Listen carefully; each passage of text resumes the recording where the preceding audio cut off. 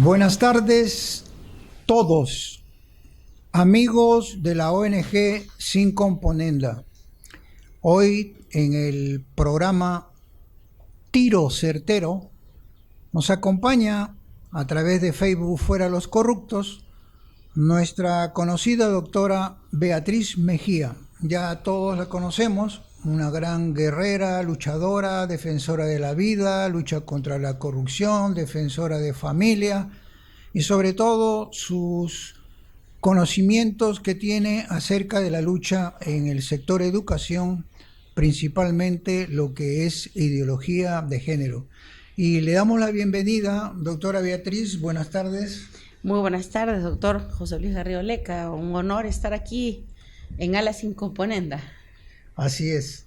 La primera pregunta, siguiendo el acontecer diario, ¿qué opinión tiene de lo resuelto por el Tribunal Constitucional en cuanto a la disolución del Congreso, que lo ha dado por válido?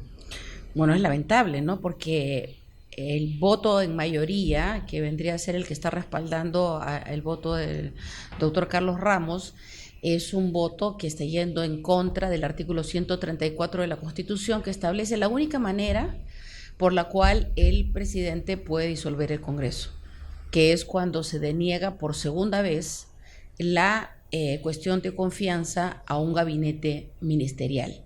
Esto está referido al artículo 130 de la Constitución, que es cuando el presidente nombra un gabinete, lo juramenta, se va al Congreso en busca de la confianza y el Congreso dice no estoy de acuerdo, no les da la confianza. Entonces el presidente se ve obligado a nombrar un nuevo gabinete y va otra vez al Congreso y el Congreso le dice no te doy la confianza. Entonces ahí se nota que hay una clara y deliberada intención de no dejar trabajar al Poder Ejecutivo, y es la única situación excepcional en la cual el presidente tiene la facultad para disolver el Congreso, porque es evidente que lo que pretendría el Poder Legislativo es no dejar trabajar al Ejecutivo, cosa que, digamos, el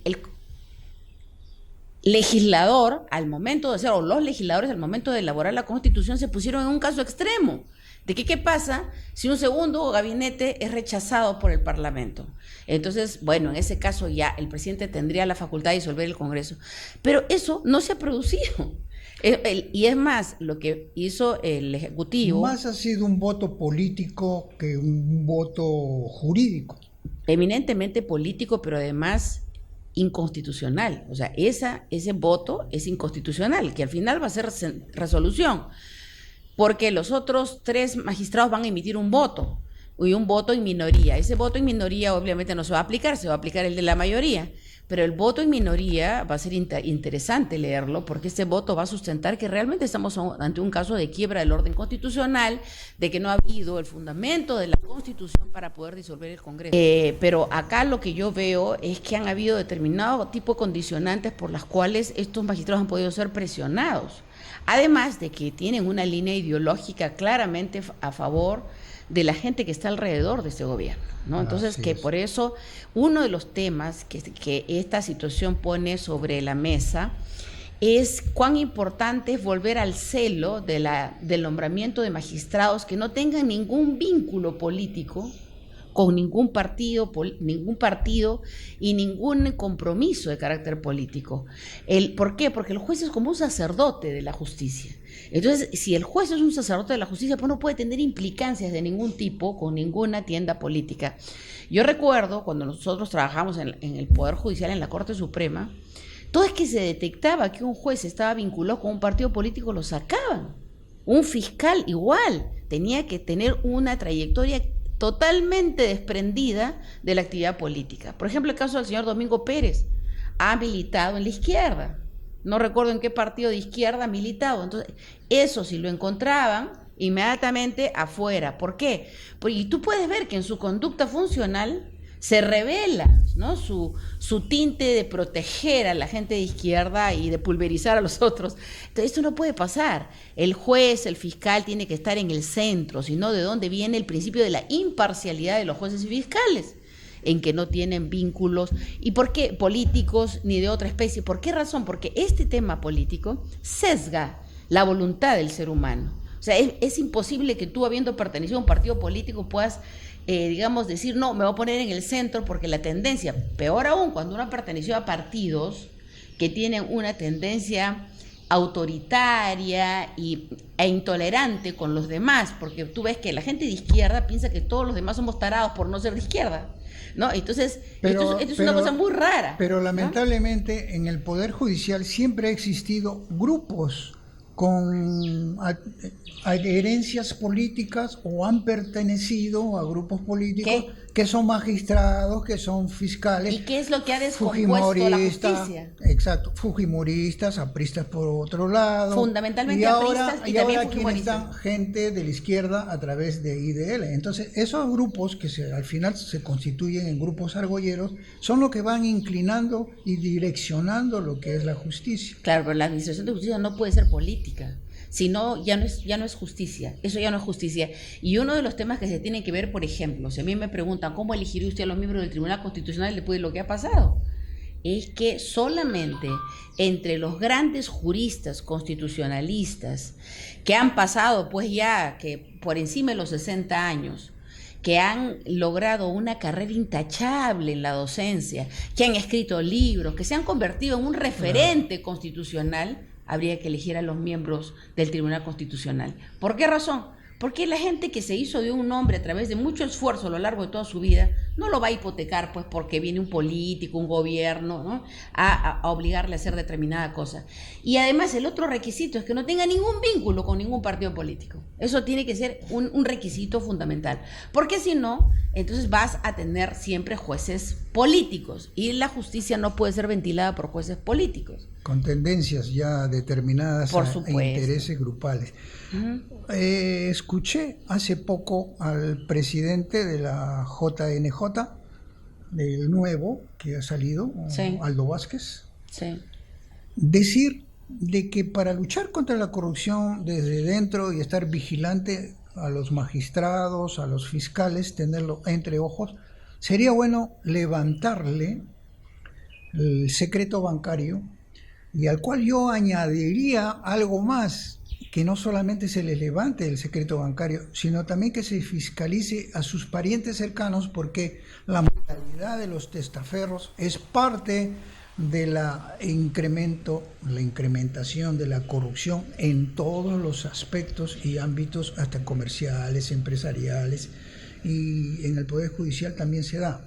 Es decir, magistrados que tienen parientes y su aumento patrimonial anual lo van diluyendo a través de adquisiciones mediante sus parientes. Eso sería bueno, me parece una buena idea eso de que levanten el secreto bancario de los magistrados y fiscales para ver su conducta, su decencia y su responsabilidad, pero también hay que ir más allá a sus parientes cercanos. ¿Qué le parece la idea?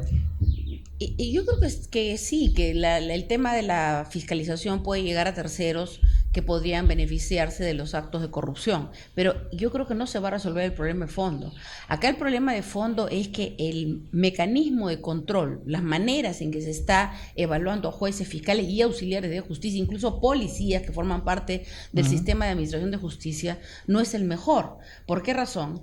Porque quien se encarga de hacer la acción de control son los mismos magistrados, amigos de los jueces que están siguiendo materia de una investigación por una denuncia X. Entonces, esto es lo que tiene que cambiar. Ahora, ya se ha hecho el sistema de control externo al Poder Judicial, pero se lo ha politizado, o sea, se está nombrando gente que de alguna manera tiene que ver con el gobierno actual. O sea, eso no puede pasar. Tenemos que ir encaminándonos a nombrar un sistema, o sea, miembros de ese sistema de control que tenga un control ciudadano al mismo tiempo. Eso tiene que ver con otra propuesta que nosotros estamos haciendo para este Congreso, que es legislar lo que establece el artículo 139, inciso 17 de la Constitución, que es la participación ciudadana en el nombramiento, ratificación y control funcional de los jueces y fiscales, auxiliares de justicia y policías, le agregaría yo.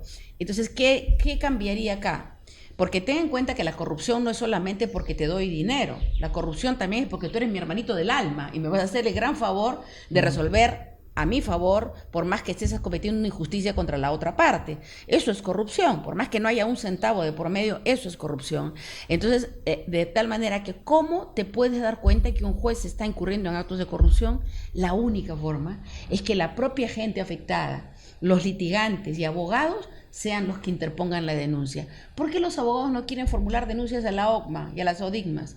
Porque se han aprobado un reglamento con el cual dicen que si se archiva la denuncia, te sancionan. Exacto. Sancionan al abogado, sancionan al litigante que denunció, y como siempre tienden a archivar estas denuncias, nadie quiere denunciar. Aquí hay un aspecto bien claro. La corrupción es a gran escala, a pequeña escala, a mediana escala. Y si enfocamos solamente el ámbito de la jurisdicción, la justicia, nos damos cuenta que muchas veces están pensando en su posición, en su comodidad, muchos magistrados, y se olvidan del litigante, se olvidan de los abogados, de los problemas angustiantes que son conseguir dinero para los aranceles. Y yo tengo entendido que eso es una de las reformas judiciales muy importantes que va a presentar Avanza País a través de su persona. Así es, o sea, es legislar el artículo 139, inciso 16 de la Constitución, que establece la gratuidad de la administración de justicia. Si los pobres litigantes que están viendo dónde sacan plata para su recurso de apelación de 1.200 soles o de 4.500 soles para su recurso de casación, dirían, oye, ¿verdad? Esto está en la Constitución, ¿y por qué entonces nos están cobrando? Y eso es un abuso. ¿Por qué? Porque hay 11 millones de personas en el Perú en condiciones de pobreza y pobreza extrema, que obviamente no acceden a la administración de justicia en las mismas condiciones que una persona que sí tiene los recursos. Claro. Y es una mentira total de que hagan su trámite de pobreza. Te humillan para hacerte tu trámite de pobreza, y cuando lo has logrado no te tratan igual. No te tratan igual que el que paga sus aranceles y que encima pasa su sobrecito debajo de los aranceles. ¿Te das cuenta? Entonces, esto no puede ser. Entonces, ¿cómo se acaba esto? Haciendo participar a los litigantes y abogados en el control de todos los actores del proceso judicial. Policías, fiscales, jueces y auxiliares de justicia. ¿Por qué hay delincuencia? ¿Por qué hay corrupción? Porque tanto delincuentes como corruptos saben que se compran a la policía, se compran al fiscal, se compran al juez. Yo soy abogada penalista. Un día entro al penal de Lurigancho y un joven me dice, doctora Mejía, ¿por qué nosotros tenemos que ser honestos? Si todos estos que nos han mandado a la cárcel son una tira de corruptos. A mí me cobra el policía, me cobra el fiscal, me cobra el juez. ¿Sabe por qué estoy acá? Porque no le he pagado, pues no tenía plata para pagar.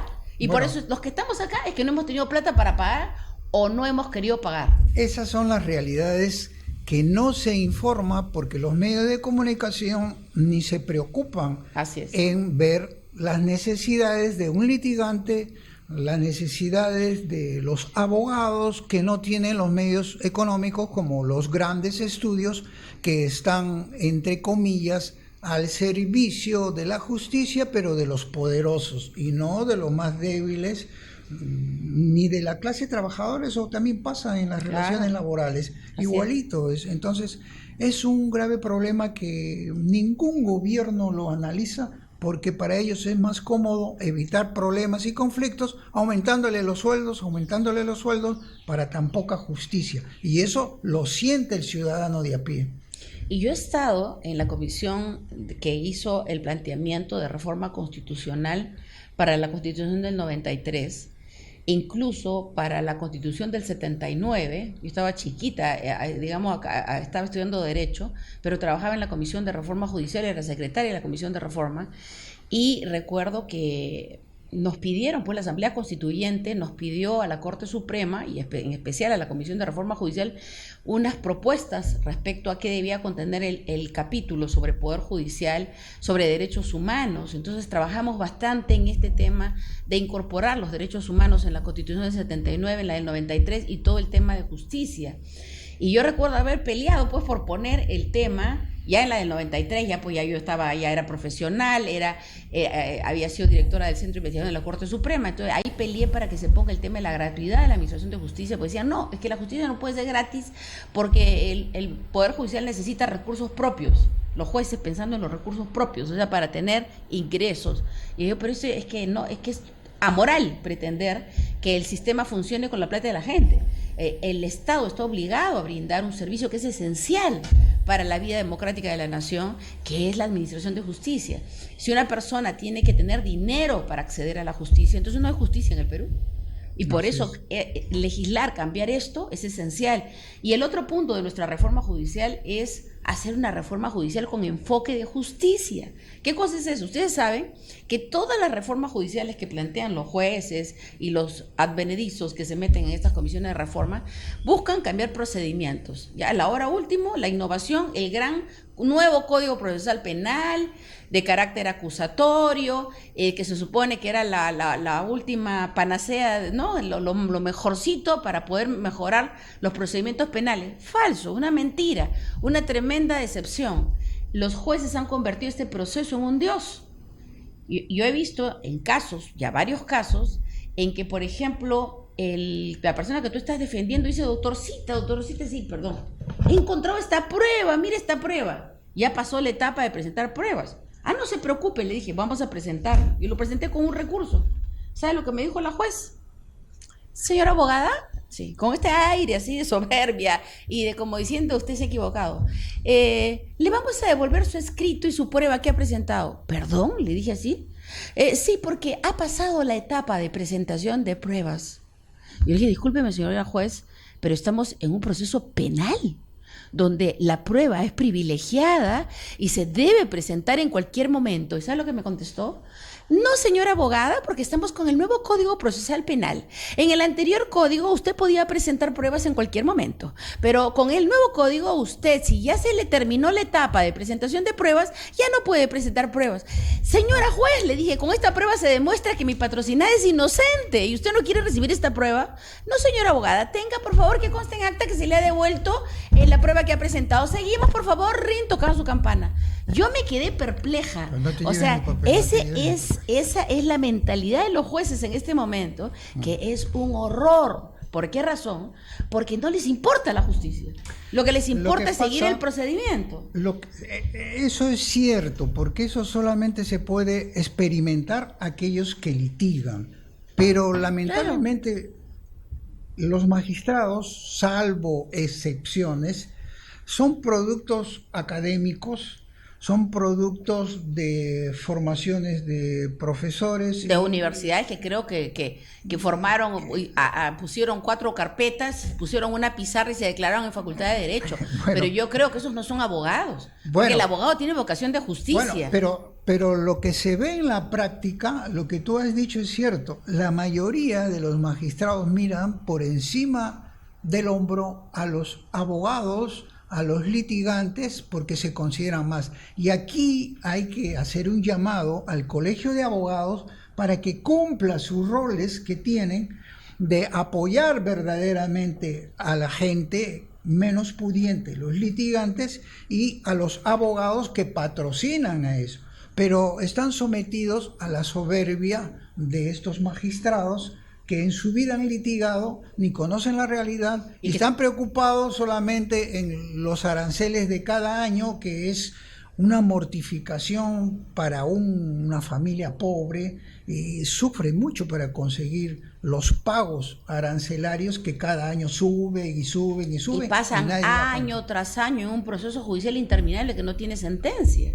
Entonces, esto lo cambias con una ley de reforma judicial con enfoque de justicia que garantice la gratuidad de la administración de justicia y la participación popular en el control de jueces, fiscales, auxiliares de justicia y policías. Se acabó la corrupción judicial. El día que una señora de polleras, un señor de ojotas en Puno pueda entrar a un juzgado y si es maltratado o si recibe una sentencia injusta, sacar ese juez con una denuncia que le ampare este sistema de control, se acabó la corrupción.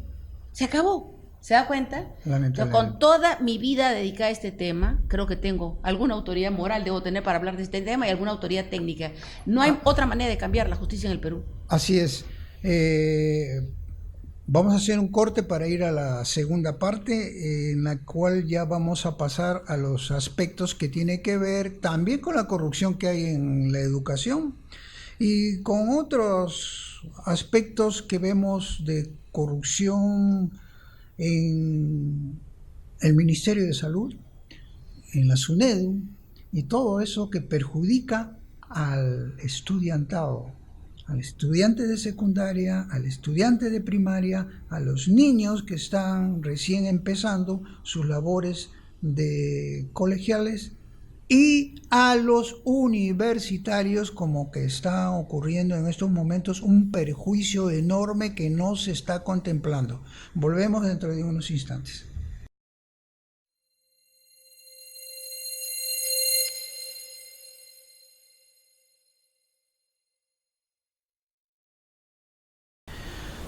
Seguimos aquí en Tiro Certero. En esta segunda parte queremos nosotros tocar un aspecto que hemos contemplado también. ¿Por qué están desacreditando a los personajes que tratan de llegar al Congreso para mostrar su presencia con sus conocimientos, con su decencia, con su conducta irreprochable? Y estamos viendo que las personas más atacadas son precisamente dos mujeres. Una es Rosa Bartra y otra es la doctora Beatriz Mejía.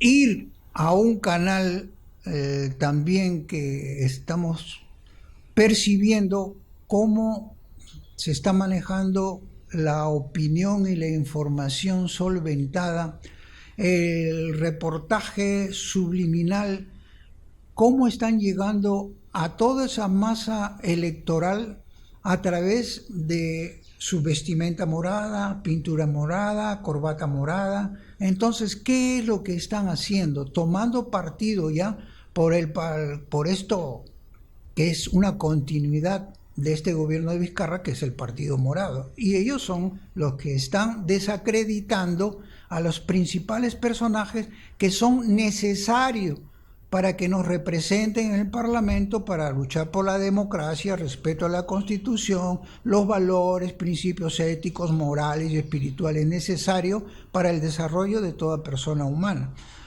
Yo quisiera preguntarte, bajo ese contexto, ¿te has dado cuenta de que ese Canal 2 está ya inclinando y direccionando la opinión pública a que todo lo vean morado?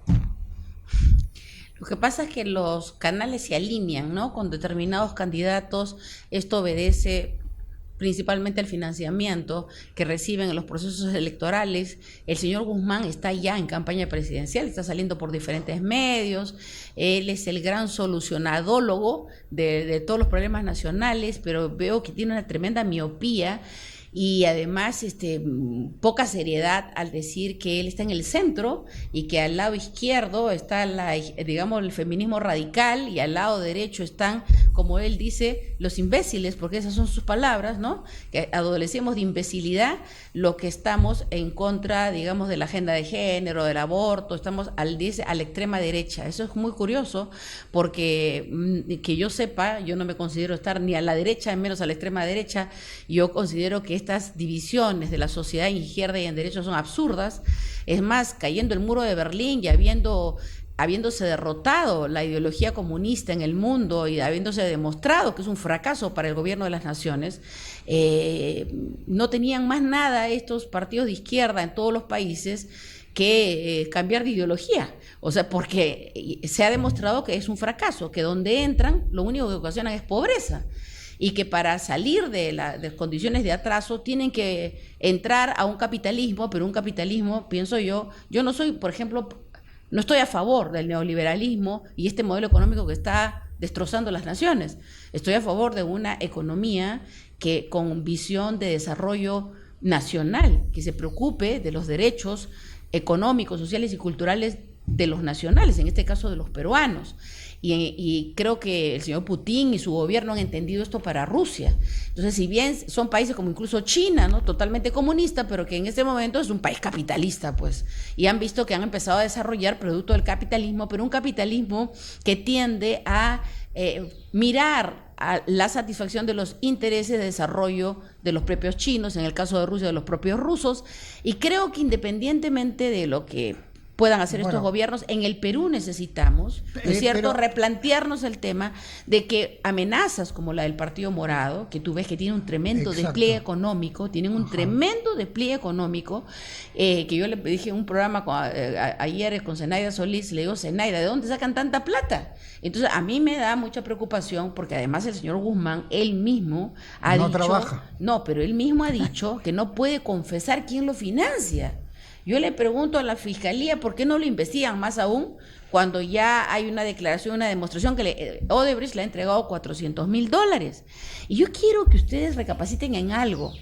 Los fondos no eran de Odebrecht. ¿Sabes por qué? Porque hay un mensaje que le manda el señor Sepúlveda, socio de Pedro Pablo Kuczynski, a Pedro Pablo Kuczynski cuando era ministro de Estado, diciéndole lo siguiente. Estamos hablando de la época que Toledo era presidente, le manda un mensaje diciéndole: tenemos que traer $500,000 para Odebrecht, tenemos que traer. O sea, eso quiere decir que Odebrecht no tenía $500,000 para hacer una operación, ¿no?, de uno de los tantos contratos que ha hecho con el Estado peruano. Y quien era el financista no era el bolsillo del señor Kuczynski, era que el señor Kuczynski, conocido operador financiero del señor George Soros desde los años 90, es el que se ha encargado de traer los fondos para que Odebrecht pueda operar no solamente en el Perú, sino en toda América y el mundo. Entonces, esto es muy importante, porque esto entonces nos permite entender por qué la defensa cerrada del IDL al convenio con Odebrecht a nivel de la Fiscalía, para que sigan trabajando con el Perú los próximos 15 años, para que los peruanos terminemos pagando esa indemnización ridícula que le han señalado de 600 millones de soles, cuando ha defraudado por miles de millones de soles al Perú, y que para colmo les tengamos que devolver los 524 millones de la venta de Chacya. Entonces, todo esto te va a dar, si tú analizas, digamos, como dice, la ruta del dinero, vas a encontrar que los intereses de Soros están detrás de toda esta componenda de Estado que involucra con IDL y con la Fiscalía, que los han pontificado como los héroes nacionales a los fiscales Vela y Pérez, cuando en realidad están jugando un rol instrumental para encubrir la corrupción del Club de la Construcción y de este señor, de la gente de Odebrecht, y haciéndole creer a la población utilizando los medios del señor Graña y Montero, que ahora, dicho sea de paso, los ha comprado Soros en la Bolsa de Nueva York. Eso es un dato que está en Google, entren a Google, sí. Y el señor Graña y Montero resulta que, como lo han empezado a investigar, ha puesto sus acciones y derechos en venta en la Bolsa de Nueva York y ya los compró el señor Soros. ¿Qué ha habido acá? Sí, para protegerlo. No, había un sinceramiento, José Luis, había un sinceramiento de la compra. Nunca compró Graña y Montero. Graña y Montero ha comprado con la plata de Soros. Cuando han visto que le van a embargar los bienes y las acciones y derechos del Grupo del Comercio, inmediatamente ha puesto, ¿no es cierto?, en venta, y lo que ha hecho Soros es recuperar. O sea, quien nos ha comprado, quien ha monopolizado los medios de información en el Perú es George Soros. Claro, pero lo que están protegiendo es el sistema de esa agenda internacional que están implementando. ¿Por qué? Vamos a entrar ahora a las operatividades que existen en Minedu. ¿Por qué las imprentas y las gráficas y los editoriales son siempre de un grupo económico grande, en la que está metido también el comercio y muchos gráficos, en perjuicio de otros menores, para implementar la ideología de género y todo ese producto torcido, pervertido, irreal, fantasioso, que escapa a nuestra identidad como peruano, que tenemos acá una formación totalmente distinta? Entonces ellos lo que quieren es proteger el sistema, porque pueden caer personas, pero ellos siguen protegiendo el sistema a través de cambio y reposiciones de gente. Entonces, ¿qué es lo que pasa? En el Ministerio de Educación nos hemos dado cuenta de que existe ya prácticamente una imposición a los colegios públicos y a los colegios privados para que sigan currícula, sigan directivas, sigan direccionalidad de una educación venida de afuera, y ven que los colegios están sumisamente aceptando, no están haciendo resistencia, salvo el Colegio Salesiano, que no está aplicando para nada la ideología de género ni la currícula de educación, y hay muchos colegios también parroquiales que se están oponiendo y están haciendo resistencia a esos manejos operativos corruptos de implementación de unos pensamientos impropios para nuestra realidad nacional. Entonces, esos aspectos hay que verlo y hay que determinarlo, hay que denunciarlo, hay que investigarlo y llegar hasta las últimas consecuencias. ¿Por qué? Porque no va a pasar nada si los colegios, sobre todo de aquellos consorcios que están agrupados como privados, se oponen y hacen resistencia a eso. Exacto. Eso es una de las formas también que institucionalmente se hace resistencia. ¿Qué dices? Claro, es que, no, sí, en este momento tenemos que hacer resistencia a todos, pero han habido colegios que se han puesto fuertes frente a esto. Por ejemplo, hay unas madres, unas monjitas en el Cusco que tienen más de 5.000 alumnos cusqueños que no iban al colegio porque el colegio estaba muy lejos, el colegio del Estado. Entonces les han acercado la escuela a sus casas y estos niños están recibiendo una formación, porque yo he visto el material con que trabajan las monjitas, es precioso, precioso el material. Están dándoles una educación de primer nivel gratuita y sin embargo la OGEL del Cusco las ha amenazado con cancelarles el convenio porque no se quieren ajustar al currículo pervertidor del Ministerio de Educación. Eso está pasando en el Perú. Y a los demás colegios, como saben que mucha gente, bueno, tiene un colegio privado, particular, pero de todas maneras el dueño del colegio, qué sé yo, su familia vive de eso, le dice, bueno señor, si usted no se acomoda, no se adecúa al currículo del Ministerio de Educación, le cortamos, le quitamos la licencia. Ahora han sacado por la moda, ¿no? De que si no tienes la licencia, no tienes ningún valor oficial. Entonces, con el cuento de la licencia, están haciendo una persecución de la línea axiológica, o sea, de la línea de principios y valores de los centros educativos. Han empezado con las universidades, pero se extienden a los colegios. Por ejemplo, a la USBA, que es la Universidad Seminario Bíblico Andino, que es una universidad eminentemente teológica. ¿Saben lo que han hecho? Le han cancelado la licencia. ¿Y sabes cuál ha sido la razón? Porque dicen que ahí se ha llevado a cabo, en las instalaciones de la universidad, la última elección para elegir al nuevo consejo directivo de las asambleas de Dios. ¿Y eso? ¿No en los colegios no votamos para elegir autoridades?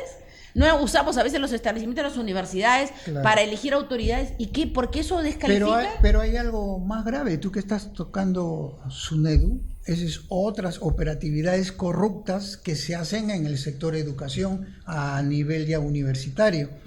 Lo que estamos viendo es que si ellos han conseguido por ley una constitución, ¿por qué por directivas administrativas o normas administrativas dejan sin efecto la ley? Y estos señores tampoco están sabiendo defenderse con recursos de amparo, porque uno de menor jerarquía no me puede... Y lo que deberían hacer, que me parece razonable, es, a ti no te pueden sorprender de la noche a la mañana, hemos hecho una ley. Y si tú no te adecuas a esa ley, ¿no? Como que, por ejemplo, nos digan a las mujeres, si no tenemos 90, 60, 90, entonces te descalificamos como mujer, no van a descalificar a la mayoría, porque no calificamos con esas medidas. Pero si siquiera me avisan, me dan un año para ponerme 90, 60, 90, de repente pues me pongo a dieta, empiezo a correr, a ver si llega, a ver si llevo un año. No, pero entonces a eso me refiero, haciendo una broma, pero con las distancias del caso, han debido pues darles el plazo, decir, señores, ustedes no están cumpliendo con tal norma, con tal requisito. Entonces tienen de acá, no sé, un año y medio para que se adecúen, para que capten el personal docente con las calificaciones que requiere y puedan pasar pues la aprobación y no afectar a los alumnos, porque los han afectado. Han perjudicado a los alumnos. Así es, generándoles 100.000 alumnos. Cierran una universidad, por ejemplo, los San Luis González de Ica, tiene como 20 años de presencia. Están hablando también amenazas a la Universidad Pública de Piura, También, ¿por qué? Porque no se están plegando mucho a la direccionalidad de la educación que viene desde afuera. Entonces, ese es el aspecto. Hay que hacer resistencia desde todo ángulo. Que el tema del género está también en las universidades. Lógico. Y las están amenazando las universidades. Y por casualidad tienen un espacio de debate abierto y democrático, por ejemplo, invitar a la gente que no está de acuerdo con esto del género.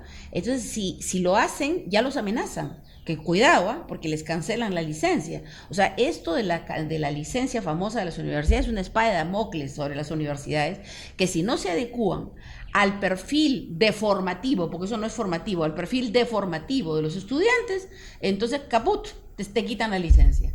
Entonces, eso yo veo que es la perversa inquisición, porque no es la santa inquisición, sino la perversa inquisición de una organización criminal internacional que busca que el sistema educativo de nuestros países, en América y el mundo, se sujeten pues al modelo anticristiano y de perversión del entendimiento social, porque están pervirtiendo el entendimiento social. Entonces, en este momento los chicos en las universidades ya están adoctrinados. Y cuando te escuchan a ti hablar que no estás de acuerdo con la ideología de género, esta señora está retrógrada, no ortodoxa, chiita, fanática religiosa. Esto no tiene nada que ver con religión, tiene que ver con cordura moral y con entendimiento de que los derechos humanos ya están reconocidos en los tratados de derechos humanos y que el Perú ha suscrito, están en nuestra Constitución, y que lo que pretenden hacer con toda esta ideología distorsionante es quebrar los derechos humanos ya reconocidos y transculturizarnos, o sea, obligarnos a pensar como ellos quieren. O sea, se quebró el principio del goce de todos los derechos humanos y de todas las libertades. Muy bien. Quiero sacarte una pregunta bien decisiva. Vamos al corte.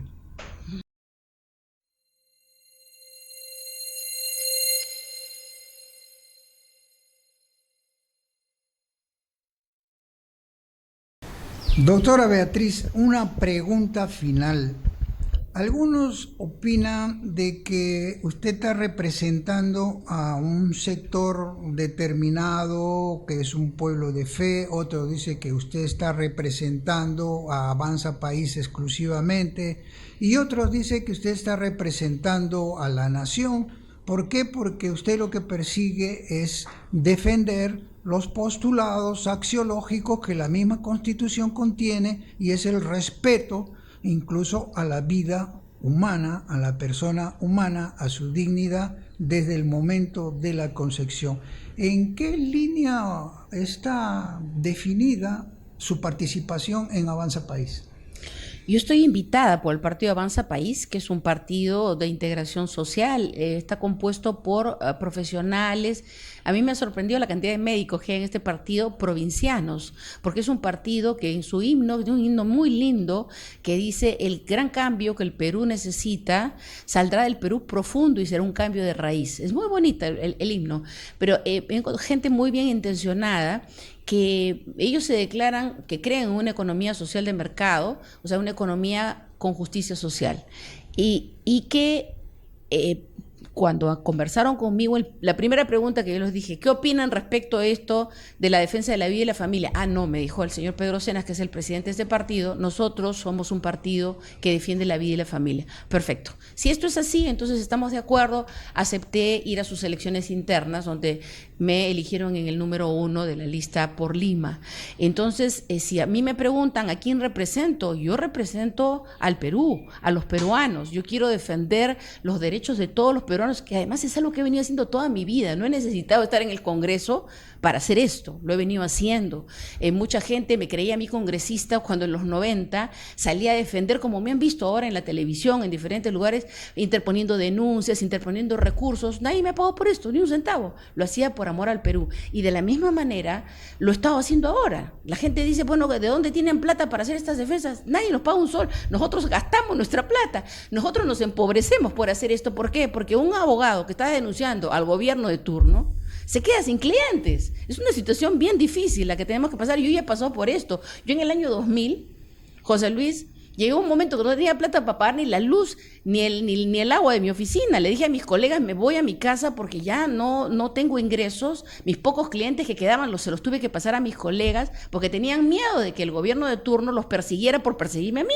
Entonces le dije, no se preocupen. Les pasé ya los pocos casos que me quedaban a mis colegas y me fui a mi casa, tranquila, no me desesperé, confié en Dios. Me dediqué a orar de mayo a septiembre del año 2000, que es lo peor que pudo hacer Fujimori, es mandarme a mi casa. ¿Sabe por qué? Porque me dediqué a orar por el Perú, cosa que debo hacer en este momento, porque no hay nada más poderoso que la oración para vencer el mal. Entonces, yo sé que vamos a vencer en este caso, José Luis, en esto estamos juntos, todos los que somos creyentes en Cristo y que creemos en el Dios Padre, en el Espíritu Santo, tenemos esa fuerza para vencer. Cuando se nos cierran las puertas, el Tribunal Constitucional se nos cerró, el Poder Judicial lo están controlando, el Ministerio Público lo están controlando, todo lo están controlando, pero no saben que nosotros contamos con un poder superior y con ese poder superior vamos a vencer. Yo amo a mi patria con toda mi alma, los amo a ustedes con toda mi alma y he entregado mi vida, no de ahora, he entregado toda mi vida por más de 40 años a servir a la nación. ¿Y saben qué cosa? Tengo atravesado lo que están haciendo con nuestro país. Nos están destruyendo como nación. Por eso voy al Congreso, a defender al Perú, a defender los derechos de todos los peruanos, a vivir conforme a sus principios y convicciones. Nos están quebrando el sistema de principios y valores. Nos quieren imponer un sistema totalmente anticristiano y que es declaradamente anticristiano, donde el mal, la mentira, la injusticia y la indignidad es la base de la legislación, donde la muerte es una solución, donde la perversión de los niños es una estrategia de dominación de los pueblos. ¿Cómo vamos a permitir una cosa así? Tenemos que ir al Congreso. Y yo siento que tengo que ir al Congreso en este momento, porque ahí se va a librar la batalla por la aprobación de leyes que o nos destruyen o nos construyen un futuro mejor. Entonces yo voy al Congreso para construir un futuro mejor para el Perú y para todos los peruanos. Bien, como ustedes pueden ver aquí en Tiro Certero, invitamos a diferentes personajes que son opciones de candidatura al Congreso para este 2020, que pueden tener ideas diferentes, que pueden tener perspectivas distintas, pero hay un fin común que nos agrupa y que nos hace sumar. Y eso es Dios, patria y familia.